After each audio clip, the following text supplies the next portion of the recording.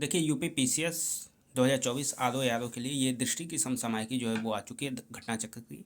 ठीक है, ये आपके सामने है।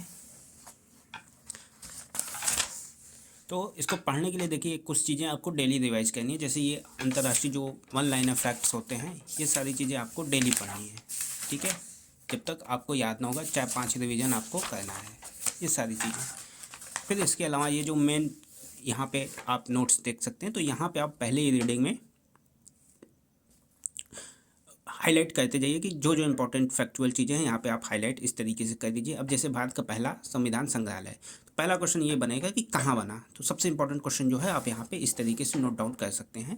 तो यहाँ पे देख सकते हैं कि इस तरीके से आप मोस्ट इंपॉर्टेंट वहाँ पे लगा सकते हैं। इससे जो है आपको सेकेंड रीडिंग में सारी चीज़ें नहीं पढ़नी पड़ेंगी और ना ही सारी चीज़ें आप कर पाएंगे।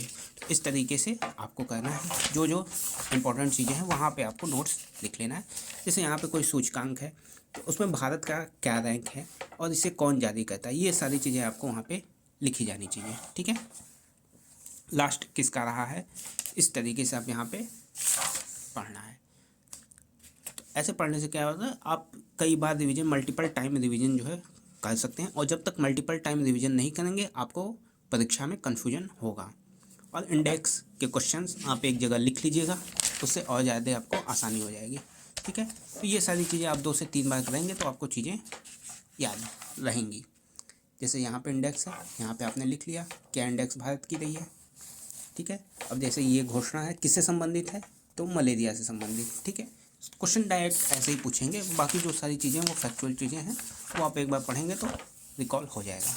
फिर इसके बाद ये सारी चीज़ें आती हैं जो करंट के नोट्स हैं, चर्चित व्यक्ति ने भी आपको डेली देखना है कि इतने सारे यहाँ पे फैक्ट होते हैं कि आप एक बार 2 बार पढ़ के नहीं याद कर पाएंगे, तो इनको आपको डेली देखना है। जैसे यहाँ पे है ये, तो यहाँ पे आपको इन सब सारी चीज़ों को डेली देखना है। इसके अलावा जो आपको लगे कि हाँ इंपॉर्टेंट है, आ सकता है, वहाँ पे आप टिक जो है लगा लें, तो उस पर आप विशेष ध्यान दे पाएंगे। ठीक है, तो ये पीछे की जो सारी चीज़ें हैं वन लाइनर है, उसको आपको डेली देखना है।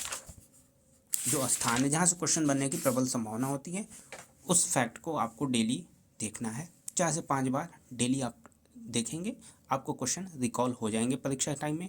याद आपको नहीं करना है, इतने सारे फैक्ट याद नहीं हो पाते हैं। ठीक है, बस देखते रहिए, परीक्षा में जैसे ही क्वेश्चन आप देखेंगे निश्चित तौर पे आपको पता चल जाएगा कि इस क्वेश्चन का एग्जैक्ट जो आंसर है वो क्या है। तो इस तरीके से आपको करंट अफेयर पढ़ना चाहिए। कोई और क्वेश्चन है तो आप कमेंट बॉक्स में पूछ सकते हैं। ठीक है।